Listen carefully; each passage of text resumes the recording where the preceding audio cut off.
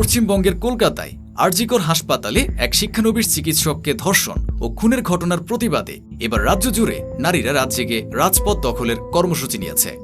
ভারতের স্বাধীনতা দিবসের আগের দিন 14 আগস্ট মাঝরাতে নারীরা স্বাধীনতা ও নিরাপত্তার দাবিতে কলকাতা সহ রাজ্যের বিভিন্ন প্রান্তে প্রতিবাদ মিছিলে নামবে। রাত 11:55 রাস্তায় নেমে তারা প্রতিবাদ জানাবে বলে জানিয়েছে এনডিটিভি।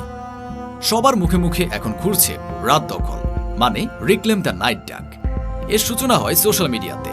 চিকিৎসক ধর্ষণ ও খুনের ঘটনার প্রতিবাদে সোশ্যাল মিডিয়াতে সরব হওয়া অনেকের মধ্যে ছিলেন রিমঝিম সিনহা নামের এক নারী।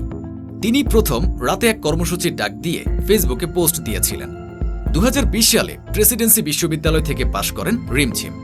বর্তমানে তিনি গবেষণায় নিয়োজিত। তিনি বলেন, আরজি করের ঘটনার পর আমি নিরাপত্তাহীনতায় ভুগছিলাম। প্রতিটা সময় আমার মনে হচ্ছিল যে রাতে ডিউটি করতে গিয়ে একজন নারী চিকিৎসকের এই অবস্থা হয়, তাহলে আমরা যারা কাজে বেরোচ্ছি তারা কোন সময় কোথায় নিরাপত্তা হিসাবে কিছু পেতে পারি।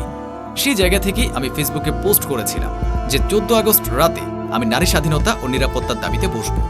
সেটা ভেবেই আমি ডাক দিয়েছিলাম, কিন্তু এতে দারুণ সাড়া পেয়েছি। ভারতের আনন্দবাজার পত্রিকা জানিয়েছে, নারীদের এই আন্দোলনকে সামনে রেখে কলকাতা এবং রাজ্যের বিভিন্ন এলাকায় বাড়তি বাহিনী মোতায়েন করেছে পুলিশ প্রশাসন। তবে তা আন্দোলন দমন বা প্রতিহত করতে নয়, উল্টো নারীদের সুরক্ষা দিতে।